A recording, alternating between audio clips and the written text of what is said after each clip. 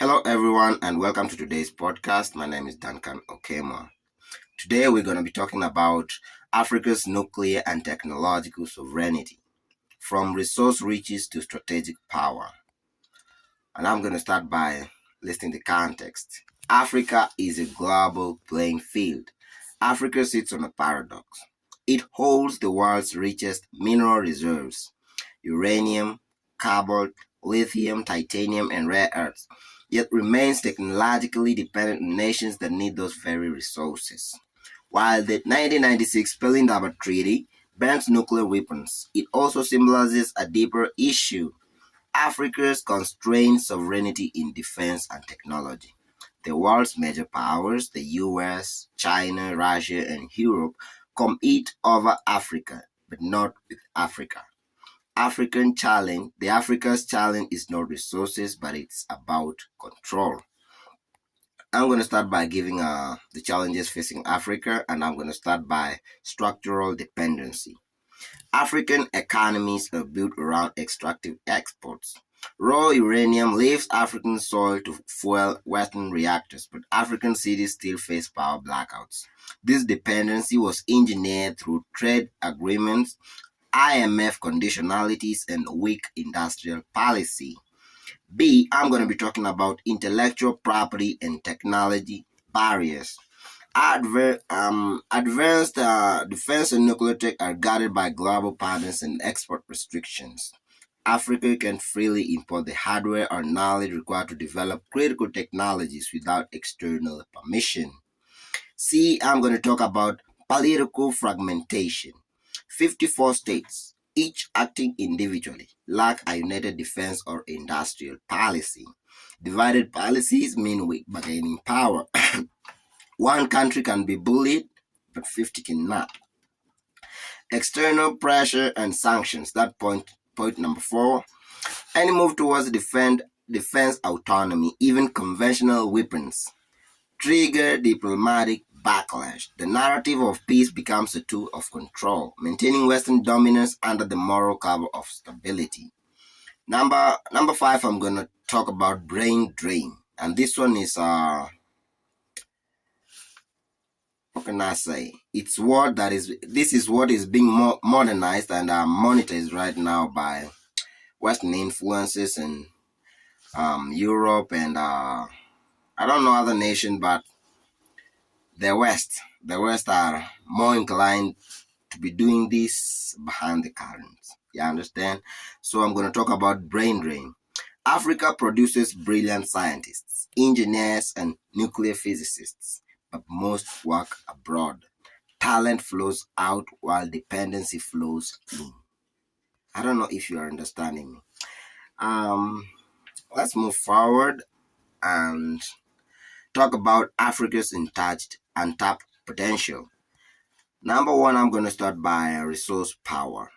Africa holds 20% of global uranium. Can you believe that? 70% of cobalt and major deposits of lithium, thorium, and graphite, the same materials used for nuclear fuel, EVs, and satellites. B, I'm going to talk about youth demographics. Over 60% of Africa's population is under 25 years old. That's not just labor. That's raw brain power waiting to be trained, monetized, and mobilized. C, I'm going to talk about peaceful nuclear energy. The Pelindaba Treaty allows peaceful nuclear energy.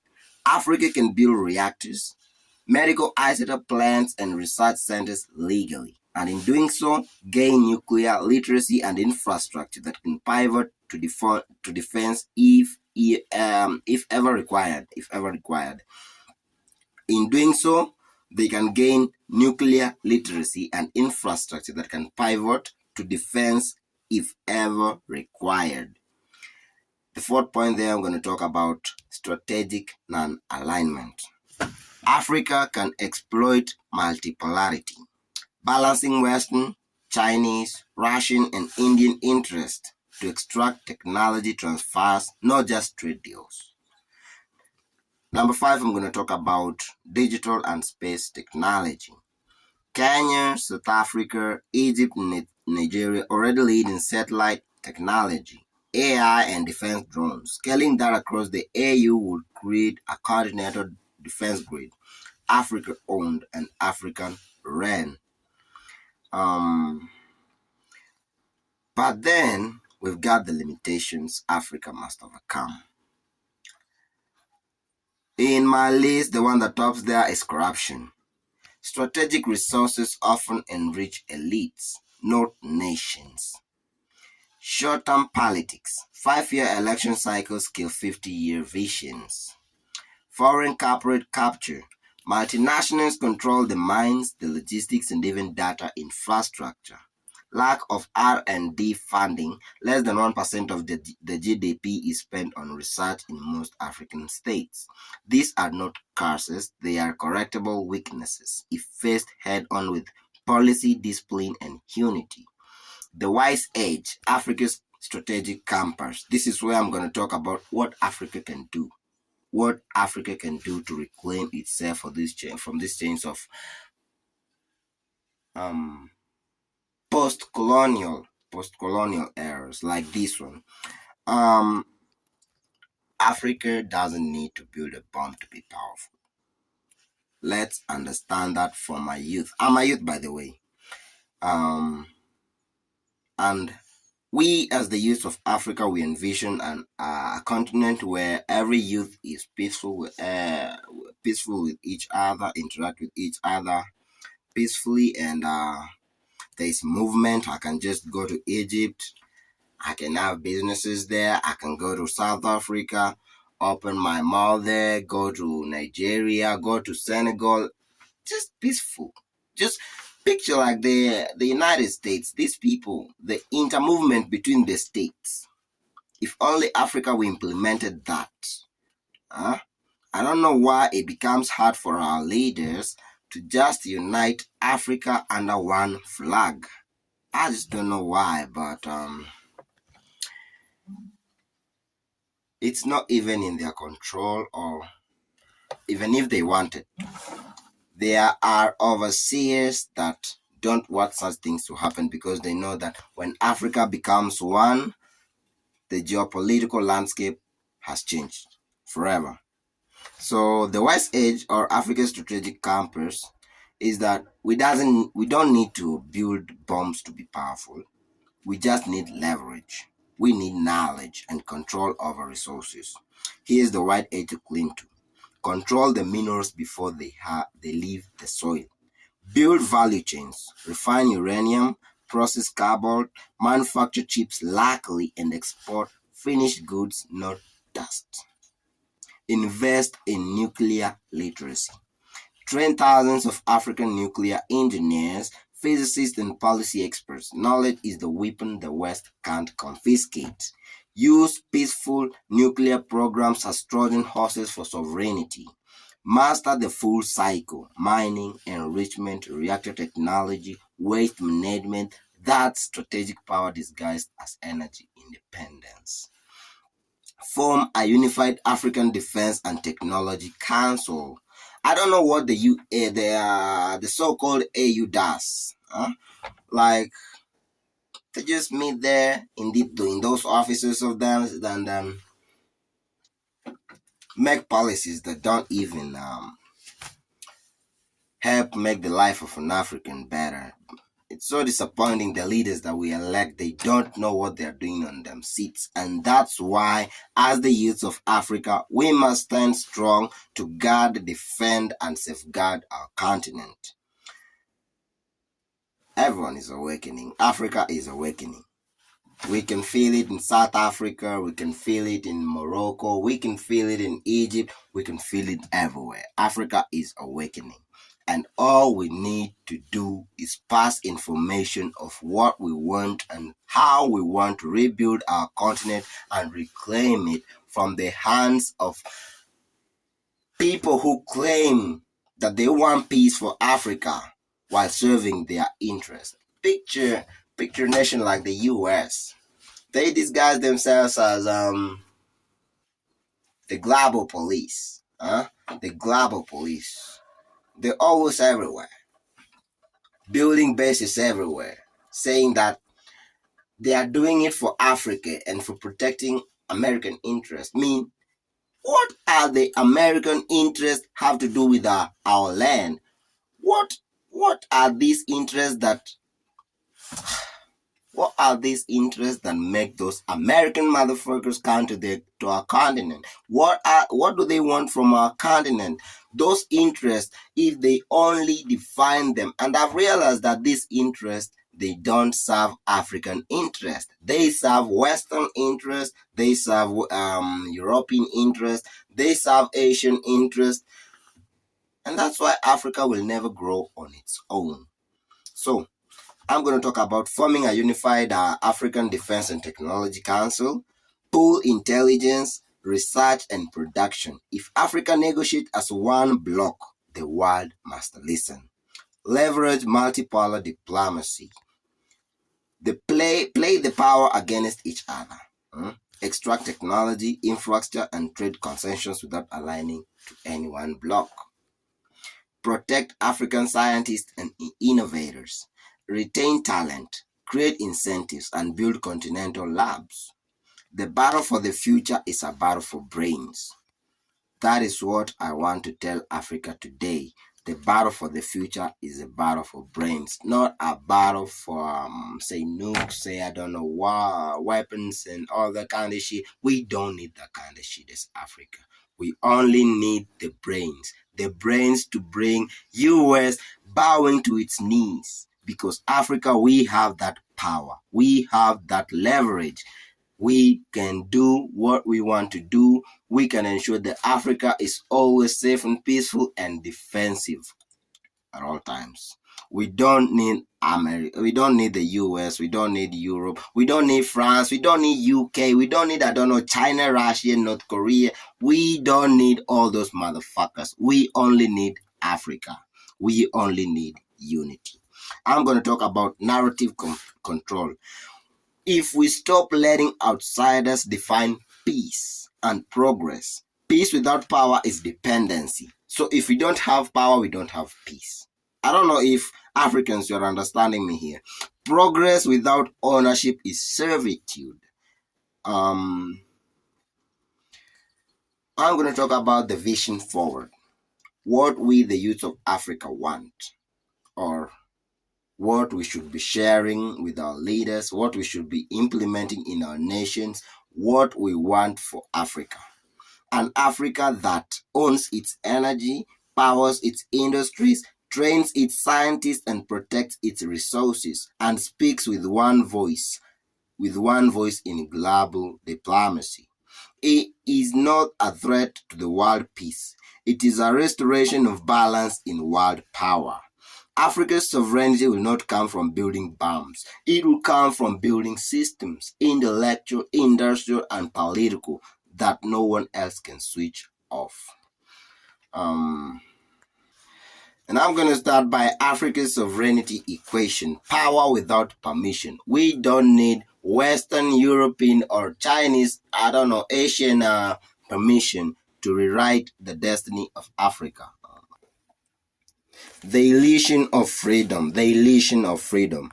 Africa was never truly decolonized. It was reformatted. Flags changed, but systems didn't. The banks stayed Western, the market stayed extractive, and the intellectual framework stayed foreign. The African is free, yet his economy runs on Western credit, his tech stack on Silicon Valley servers, his elections on imported paper, and his peace on borrowed gains. Even his uranium mined by his own hands is enriched elsewhere to power someone else's future. That's not sovereignty. That's outsourced existence. The Treaty of Pelindaba is one of many symbols of that outsourcing. It banned nuclear weapons, not because Africa didn't deserve peace, but because Africa wasn't trusted with power. The world told Africa, you may have the raw materials of civilization, but not the authority to define it. That's the illusion of freedom. The system where you can own land, but not the means to defend it. Number 2, I'm going to talk about modern colonialism, control through dependence. The 21st colonizer doesn't wear a crown. They wear a logo. Control is now executed through debt diplomacy, through IMF, World Bank, and predatory loans. technological monopoly, software dependence, and IP lockouts. I'm going to talk about resource capture, multinationals controlling supply chains. And I'm going to talk also about information warfare, media and narrative control.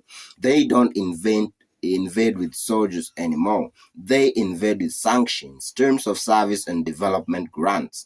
Africa's leaders sign partnerships that promise growth, but in truth, they perpetuate vertical dependency. Africa exports value but imports validation. Third, I'm going to talk about the power Africa has but doesn't use. Africa is not poor, it's strategically unorganized. Every element of future civilization, clean energy, AI, biotech, aerospace depends on materials, markets, and manpower Africa already has. Let's quantify it. I'm gonna start with uranium and thorium, the lifeblood of nuclear energy. Next is cobalt, lithium, and graphite, the foundation of electric vehicles and AI chips. Third, I'm gonna be talking about platinum group metals, essential for hydrogen energy and satellites. And the last one, I'm going to talk about rare earth for quantum computing, laser systems, and defense sensors, and sunlight and wind, endless renewable potential. Yet African economies still rely on exporting ore and importing software. The world mines Africa for minerals and mines. The irony is brutal. The continent that powers the global economy can't power its own grid. And as much as I hate to admit, that is the truth. Number four, I'm going to talk about the challenges of reclaiming power. Africa's road to sovereignty is not blocked by nature, it is blocked by structure. The first point about that, I'm going to talk about fragmentation. 54 states, 54 policies, 54 negotiation tables. Division is the greatest currency of control. Number two, I'm going to talk about leadership capture. Too many leaders trade national autonomy for personal security, for personal security. Hence, sovereignty can't survive on bribed loyalty. Number three, I'm going to talk about fear. The West has mastered the art of fear diplomacy. When an African state dreams too loudly, they are reminded of Gaddafi's fate. Number four, I'm going to talk about brain drain. Our best minds are exported like our minerals. Mined in Africa, refined abroad, and used elsewhere. Number five, I'm going to talk about lack of continental vision. Lack of continental vision. This is what we, the Gen Z youths of Africa, have in mind, which the millennials and the previous generations never had, because they thought that by acquiring independence, they had acquired freedom. But the Western mind was a bit clever. They gave independence in their own terms. That way, we still their slaves, we still their prisoners, we still under the prison and the chains that we as African nations were back in the 1980s, the 1990s, and the 1960s, and back. We are still in colonialism, but in an updated version of that colonialism that that was exuded back in those days. I'm going to talk about lack of continental vision. Where is Africa's equivalent of the EU's technology sovereignty plan or China's Belt and Road? Without collective industrial strategy, independence is fantasy. The wise edge: how African can redefine power. Here's the paradigm shift. Actually, power doesn't come from nuclear weapons. It comes from nuclear literacy, the understanding, mastery, and internalization of high technology. The world fears the African bomb, but it should fear the African brain. The true nuclear weapon of the 21st century is knowledge autonomy. Control the supply. I'm going to expand on that, and I'm going to start with controlling the supply chain. Africa must stop exporting raw materials and start exporting technology. Refine uranium, process cobalt, manufacture chips, create African controlled industrial corridors from Kinshasa to Nairobi, from Lagos to Cairo. Number two, I'm going to talk about reclaiming the narrative. reclaiming the narrative.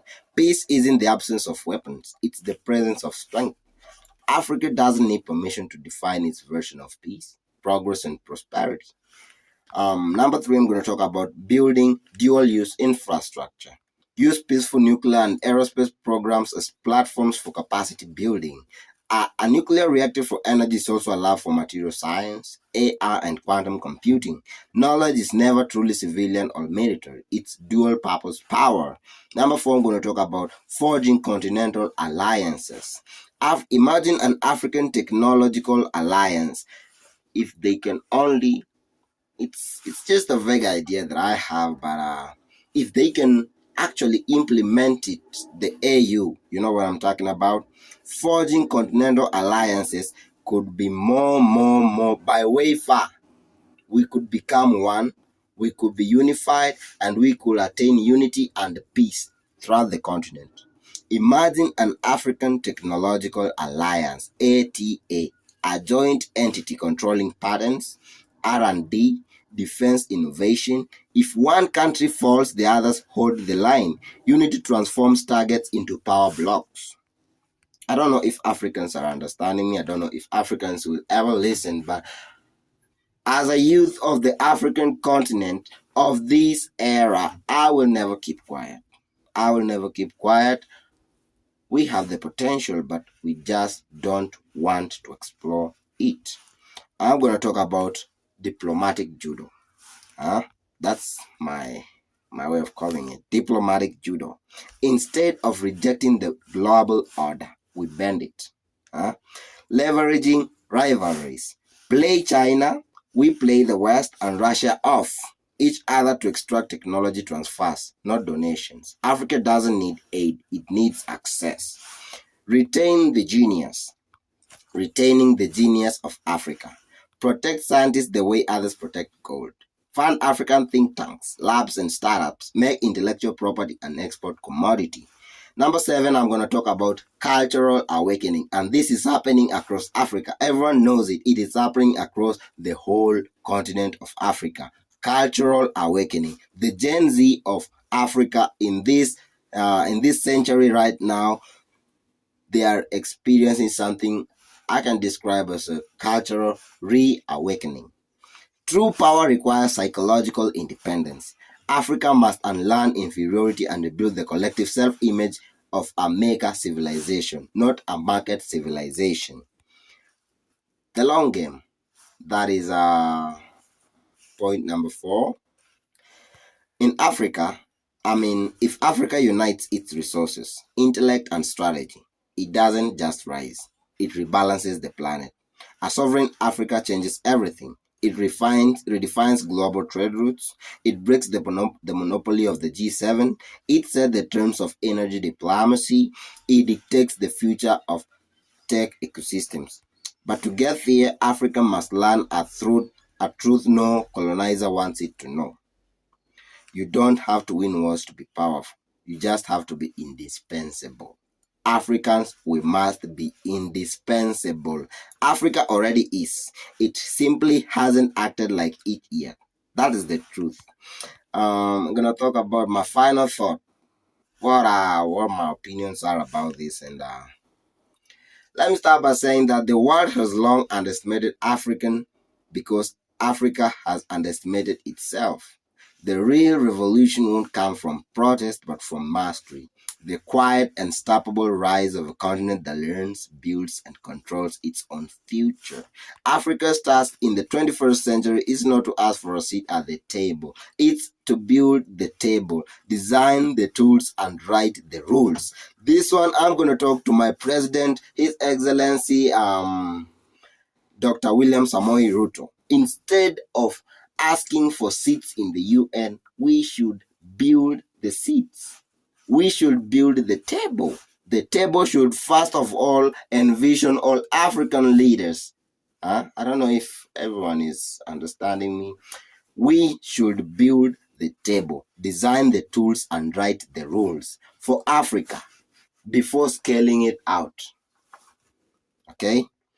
So that's where I'll finish my podcast for today. And I'm going to break I'm going to be talking more and more about topics about Africa. I'm going to be talking more about topics that matter to Africa and how we can change our world, our continent, our nation, our nations from within without ever requiring the US tapping in to help, without requiring China, without requiring Russia and Europe and all these motherfuckers out there. We don't need them. We only need ourselves. If only we if only we become organized from within, we can scale out. We can scale out and we can achieve anything. That is the truth as Africa. Thank you guys for listening me, and see you in the next podcast. Bye.